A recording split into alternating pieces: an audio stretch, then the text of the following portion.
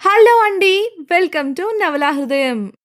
వసంత శిశిరం వసంత Shishiram Arvind plan వివరించగా ఎవరికి వారు విధులు పంచుకొని అక్కడ్నుంచి వెళ్ళిపోయారు. అలా ఆ రోజు గడిచిపోయి తెల్లవారుతుంది. ఇంకా కొంత నీరసం ఉన్నప్పటికీ కాలేజీకి వెళ్ళాలని సిద్ధమైంది శిశిర.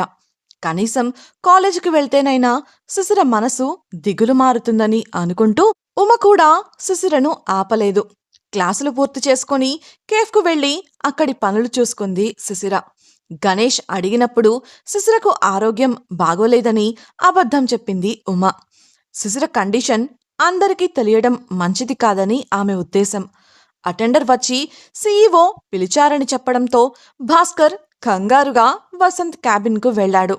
సోఫీ గురించిన విషయాలు కిషోర్ ద్వారా అతడికి తెలిసాయి. ఆ విషయంగా తన నిర్లక్ష్యానికి ఇప్పుడు వసంత్ చేతిలో శిక్ష పడబోతుందని గ్రహించి భయపడుతున్నాడు భాస్కర్. కాని అతడి ఊహకు విరుద్ధంగా శిశిర ప్రాజెక్ట్ మొదలుపెట్టడానికి సన్నాహాలు చేయించమని వసంత్ చెప్పడంతో ఆశ్చర్యపోయాడు. ధైర్యం చేసి తన తప్పు ఒప్పుకుంటూ క్షమించమని అడిగాడు భాస్కర్. ఇట్స్ ఓకే, జరగాల్సినవి చూడండి. ఏ పొరపాటు లేకుండా ప్రాజెక్ట్ ప్రారంభం అవ్వాలి. మిస్ శిశిర తప్పు లేదని అందరికీ తెలిసేలా ఏర్పాట్లు భారీగా చేయండి. ఆ రోజు నేనే తనను బయటకు పంపించాను. కానీ ఇప్పుడు ఆమె కంపెనీలో అడుగుపెట్టేటప్పుడు చాలా ఘనంగా ఉండాలి అన్నాడు వసంత్. అందుకు సంశయిస్తూ, ఇంత జరిగాక శిశిర గారు ఇందుకు ఒప్పుకుంటారా సార్ అని ప్రశ్నించాడు భాస్కర్. అది నేను చూసుకుంటాను, మీరు వెళ్ళండి. ఒక్క నిమిషం ఆగండి. ఈ ఏర్పాట్లలో మిస్ శిశిర ఇంతకుముందు పనిచేసిన టీం సభ్యులను ఇన్వాల్వ్ చేయండి. ఆమెను ఆహ్వానించడం దగ్గర నుంచి ప్రాజెక్టులో కూడా వారిని అపాయింట్ చేయండి.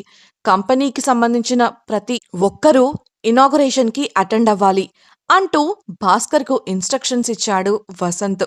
ఆ ఏర్పాట్లు చేయడం కోసం అక్కడ్నుంచి వెళ్ళిపోయాడు భాస్కర్. అదే రోజు రాత్రి 9 గంటల ప్రాంతంలో డార్క్ నైట్స్ పబ్‌లో డాన్స్ చేస్తూ నిశాంత్‌ను కలిసింది నిషా. ఇప్పుడు చెప్పు, ఏం నిర్ణయించుకున్నావ్? రిస్కీ అనిపిస్తోందా? అతని కళ్ళల్లోకి మత్తుగా చూస్తూ అడిగింది. ఈవిల్‌గా నవ్విన నిశాంత్, నీకు హెల్ప్ చేస్తే నాకేంటి లాభం అనడంతో, ఐ నో నువ్విలా అడుగుతావని నాకు తెలుసు. సెక్సీగా నవ్వుతూ ప్యాంట్ జేబులోంచి ఒక బాక్స్ తీసి నిశాంత్ ముందు పెట్టి తెరిచింది. అందులో తమ్మగింజ సైజులో ఉన్న పచ్చరాతి వజ్రపు టుంగరం పబ్బులోని మిణుకుమిణుకుమనే కాంతిలో దగదగ మెరుస్తుంటే దాన్ని చూస్తూనే మందు తాగుతూ, డీల్, ప్లానేంటి అన్నాడు నిశాంత్. అందుకు కిలకిల నవ్వుతూ, ఈ రింగు నీ లైఫ్ టైం సెటిల్మెంట్ అని తెలిసిపోయిందా? తెలివైనోడివే అంటూ తమ ప్లాన్ వివరించిన నిషా డాన్స్ చేస్తూ ఫ్లోర్ మీదకు వెళ్ళగా వజ్రపు టుంగరాన్ని జేబులో పెట్టుకుని అక్కడ్నుంచి బయటకు వెళ్ళిపోయాడు నిశాంత్. ఆ రాత్రే నిశాంత్ తమ ప్లాన్‌కు ఒప్పుకున్నట్లు సౌమ్యకు సమాచారం చేరవేసింది నిషా. సౌమ్య అస్సలు ఆలస్యం చేయడానికి వీలు లేదని, ఎంత త్వరగా వీలైతే అంత త్వరగా శిశిరను ఈ భూమి మీద లేకుండా చెయ్యాలని మరోసారి నిషాకు గట్టిగా చెప్పింది. డోంట్ వరీ, రేపు నువ్వు నిశ్చితార్థం కోసం షాపింగ్ ముగించేలోపు దాని చావు వార్త నీ చెవికి చేరుతుంది.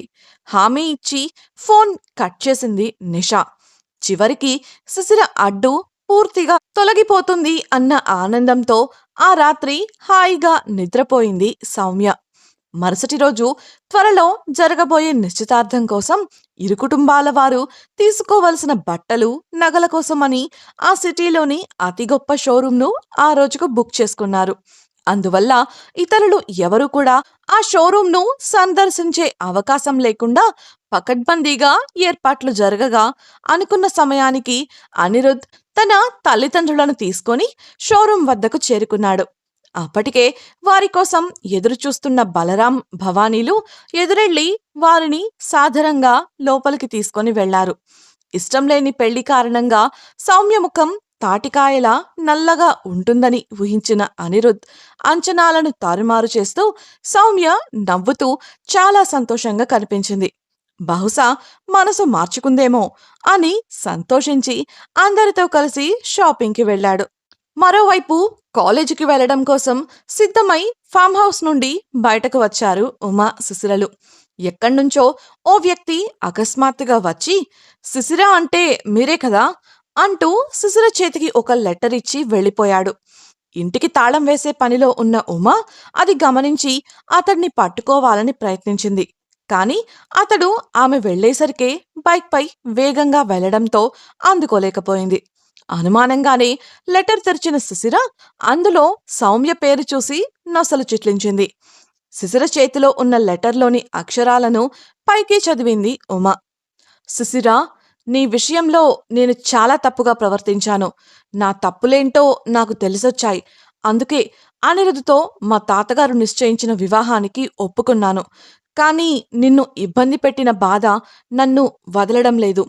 ఎంతలా మర్చిపోదాం అనుకున్నా నా వల్ల కావడం లేదు. అందుకే నిన్ను కలిసి క్షమాపణ అడగాలి అనుకుంటున్నాను. అందుకు నేరుగా రాకుండా ఈ లెటర్ ఎందుకు పంపాను అన్న అనుమానం నీకు రావచ్చు. ఇంత జరిగాక నన్ను వసంత్ నీ దగ్గరకు కూడా రానివ్వడని నాకు తెలుసు. కానీ నువ్వే స్వయంగా నన్ను కలవాలి అనుకుంటే అతడు అడ్డు చెప్పడు. దయచేసి నా కోసం ఈ ఒక్కసారి నన్ను కలువు. నువ్వు రాకపోతే ఈ గిల్టీనెస్తో బ్రతకడం నా వల్ల కాదు. అందుకే నువ్వు రాని పక్షంలో ఈ లోకం వదిలి వెళ్ళిపోవడం తప్ప నాకు మరో మార్గం లేదు. మా అమ్మ మీద ప్రమాణం చేసి చెప్తున్నాను, నేను చెబుతున్నది అంతా నిజం అంటూ కలవవలసిన సమయం మరియు ప్రదేశం యొక్క వివరాలు ఉన్నాయి. ఉమ చిరాకుగా, దెయ్యం పాఠాలు వల్లెవేయటం అంటే ఇదే. మళ్ళీ మరో కొత్త నాటకం మొదలుపెట్టింది పిశాచిది. బహుశా వసంత్ గారికి అన్ని నిజాలు తెలిసాయని కాబోలు. నువ్వు మాత్రం వెళ్ళకు శిశిర, దాన్ని ఎట్టి పరిస్థితుల్లోనూ నమ్మకూడదు అంది. శిశిర తల ఊపి ఆ లెటర్ను బ్యాగులో వేస్తూ, సరే, క్లాస్కు టైం అవుతోంది, వెళ్దాం పదా అనగా, ఒక్క నిమిషం, నేను నా పౌచ్ మర్చిపోయాను అంటూ ఇంట్లోకి వెళ్ళింది ఉమ. శిశిర బయటే ఎదురుచూస్తుంటే కబోర్డ్లో ఎక్కడో సీక్రెట్గా దాచిన కాంపాక్ట్ పౌడర్ డబ్బా చేతికి తీసుకొని బ్యాగులో పెట్టుకుంది ఉమ. బ్యాగులో ఉన్న పౌచ్ను చేతికి తీసుకొని బయటకు వెళ్ళింది. అప్పుడే శిశిర, వసంత్ గారికి నిజాలు తెలిసాయా? ఎలా? ఏ నిజాలు అని సైగల ద్వారా అనుమానంగా అడగడంతో ఇంటికి తాళం వేసి కాలేజ్ వైపు నడుస్తూ శిశిర స్పృహ కోల్పోయాక జరిగిన ప్రతి విషయాన్ని పూసగుచ్చినట్లు వివరించింది ఉమ. అంతా అయ్యాక, అది వసంత్ గారి సీక్రెట్ ఇన్వెస్టిగేషన్ టీం ఇచ్చే రిపోర్ట్స్ని ట్యాంపర్ చేసేసరికి ఆయన నీపై అనుమానం పెంచుకున్నారు. ఆయన తప్పు కూడా పెద్దగా లేదు. నిన్న కాక మొన్న వచ్చిన నిన్ను నమ్ముతారా, లేక ఎప్పటినుంచో తోడుగా ఉన్నవాళ్ళనా? ఈ విషయం ఇంతకు ముందు నువ్వు కూడా చెప్పావు, గుర్తుందా? అందులోనూ మొదట నీ పేరు బయటపడింది కూడా కిషోర్ వల్లనే. కలిసి పెరిగిన వాళ్ళు కదా. మరి ఇప్పుడేం చేయాలనుకుంటున్నావు? ఆయన వస్తే వెళ్తావా? ఆయనను క్షమిస్తావా? శిశిర అభిప్రాయం తెలుసుకోవాలని ఆమె ముఖంలోకి చూస్తూ అడిగింది ఉమ. అందుకు, క్లాస్ టైం అవుతోంది కదా, పద వెళ్దాం అన్న శిశిర వేగంగా ముందుకు నడవటంతో నిట్టూర్చి ఆమెను అనుసరించింది ఉమ. ఇదే సమయంలో వసంత్ ఓ చోట నేలపై మోకాళ్లపై కూర్చొని తలదించుకొని కనిపించాడు. అతని ముఖంలో బాధ, పశ్చాత్తాపం కొట్టొచ్చినట్లు కనిపిస్తుంటే అతని ముందర ఓ వ్యక్తి కుర్చీలో కూర్చొని చేతికర్ర పట్టుకొని ఉన్నాడు. అతడు ఎవరో కనిపించడం లేదు, కాని అతని పాదాలు, వాటికి ఉన్న తోలు చెప్పులు మాత్రం స్పష్టంగా కనిపిస్తున్నాయి. వసంత్ నోరు తెరిచి, నన్ను క్షమించండి, మీరు నాపై పెట్టుకున్న నమ్మకాన్ని వమ్ము చేశాను. తను తప్పు చేసిందని నమ్మి చాలా బాధపెట్టాను. కానీ తను తప్పు చేసిందంటూ దొరికిన సాక్ష్యాలు అబద్ధమని ఆలస్యంగా తెలిసింది. నన్ను నమ్మి మీరు తన బాధ్యతను నాకు అప్పగించారు. కానీ నాదే తప్పు. అందుకు మీరు ఎటువంటి శిక్ష వేసినా నేను భరిస్తాను అని చెబుతుంటే అప్రయత్నంగా అతని కళ్ళు వర్షించాయి. అందుకు ఆ వ్యక్తి కుర్చీలోంచి లేచి వసంత్ దగ్గరకు వెళ్ళి అతని భుజం పట్టుకొని పైకి లేపాలని ప్రయత్నించాడు. వసంత్ తనకు శిక్ష వేయాల్సిందే అని పట్టుపట్టడంతో, ఇలా చూడు వసంత్, కొన్నిసార్లు మనం ఎంత జాగ్రత్త పడినా ఇటువంటి సంఘటనలు ఎదురవుతూనే ఉంటాయి. నన్ను ఊరు ముఖ్యమా కూతురు ముఖ్యమా అని అడిగినప్పుడు ఊరినే ఎంచుకున్నాను. ఒక్క ప్రాణం కన్నా వేల ప్రాణాలు ముఖ్యమని. ఇప్పుడు నువ్వు చేసింది అదే. అందులో నీ తప్పేమీ లేదు. నీ మీద ఉన్న నమ్మకంతో తన బాధ్యత నీకు అప్పచెప్పడం వాస్తవమే, కాదనను. కానీ తను ఇంకా తన పాఠం నేర్చుకోలేదని ఈ సంఘటనతో నాకు అర్థమైంది. బహుశా ఇప్పుడైనా నేర్చుకుంటుందేమో. వెళ్ళు, వెళ్ళి తనతో మాట్లాడు. మొండిది కదా, కష్టమే. నన్నడిగితే అదే నీకు పెద్ద శిక్ష. నా కూతురు అంత త్వరగా తగ్గదు. మీది భార్యాభర్తల బంధం. వద్దనుకున్నంత మాత్రాన తెగిపోదు. ఇంకెప్పుడు ఇలా జరగకుండా చూసుకో. చాలు, జాగ్రత్తగా వెళ్ళిరా అంటూ భుజం తట్టి బయటకు వెళ్ళిపోయాడు ధనంజయ. ఉదయాన్నే అకస్మాత్తుగా అల్లుడు ఊడిపడటంతో అప్పటి వరకు వరండాలో కంగారు పడుతూ ఎదురుచూస్తున్న వసుంధర ఎదురెళ్ళి, ఏమైందండి? అల్లుడు ఇంత అకస్మాత్తుగా రావడమేంటి? ఏం జరిగింది అని ప్రశ్నించింది. అందుకతడు, ఏం జరగలేదు వసుంధర, ఏదో పని మీద వచ్చి కలవడానికొచ్చారు అంతే. ఇప్పుడు వెంటనే వెళ్ళిపోతారట. నీ కంగారుతో ఆ అబ్బాయి దగ్గర పిచ్చివిచ్చిగా మాట్లాడకు. నేను అలా రంగయ్యతో కలిసి ఊర్లోకెళ్ళొస్తాను అంటూ అక్కడ్నుంచి వెళ్ళిపోయాడు. వసుంధర అయోమయంగా చూసినంతలో వసంత్ వేగంగా బయటకు వెళ్ళి కార్ తీయడం జరిగిపోయింది. కనీసం ఆమెకు అతని ముఖం స్పష్టంగా చూసే అవకాశం కూడా దొరకలేదు. ఎంత ధనుంజయ చెప్పినప్పటికీ ఆమె మాత్రం ప్రశాంతంగా ఉండలేకపోయింది. కాలేజీలో ఉన్న శిశిరకు క్లాస్ వింటున్నంతసేపు ఉమ చెప్పిన విషయాల చుట్టూతే ఆమె ఆలోచన తిరిగింది. ఇంతలో బ్రేక్ బెల్ మోగడంతో అటెండర్ వచ్చి, శిశిర అనే అమ్మాయి ఎవరు అని అడిగాడు. శిశిర లేచి నిలబడగా, నాతో రండి అంటూ బయటకు దారి చూపించాడు. ఉమ శిశిర వెంటే వెళ్ళగా వారిని ఓ మూలకు తీసుకువెళ్ళి, మిమ్మల్ని చైర్మన్ గారు పిలుస్తున్నారు. ఇప్పుడే తెలిసింది, బ్రేక్ తర్వాత క్లాసులు ఉండవట. మీ డిపార్ట్మెంట్ యాన్యువల్ ఫంక్షన్ కోసం కొద్ది రోజులు క్లాసులు జరగవని విన్నాను. అందుకే సార్ కూడా మీతో మాట్లాడ్డానికి ఇప్పుడు పిలిచారు అని చెప్పడంతో ఆ ఇద్దరూ చైర్మన్ను కలవడానికి వెళ్ళిపోయారు. శిశిరను చూడటమే నవ్వుతూ, ఎలా ఉన్నావమ్మాయి అంటూ చలాకీగా పలకరించాడు చైర్మన్.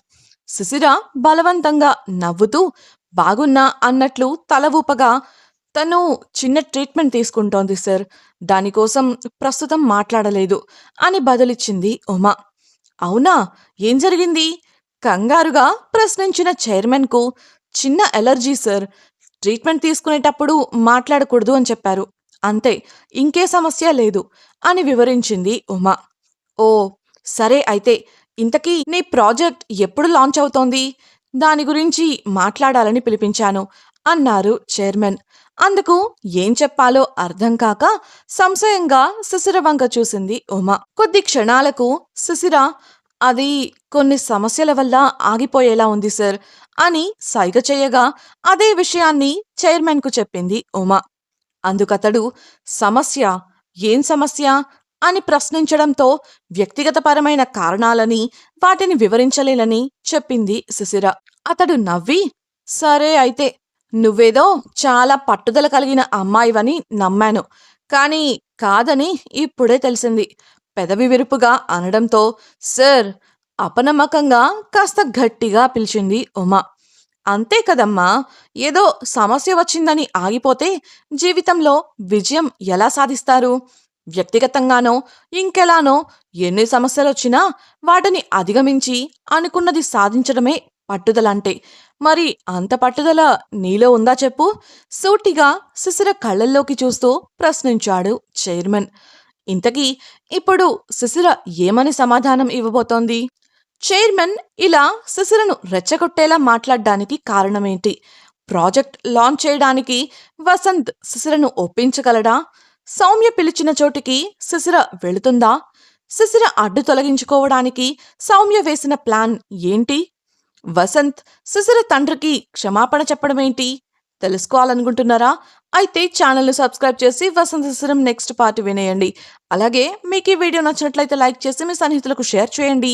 మీ అభిప్రాయాలను మాతో పంచుకోవడం కోసం కామెంట్ సెక్షన్లో తెలియజేయగలరు. ఇట్లు మీ నవలా హృదయం team. Thank you for listening.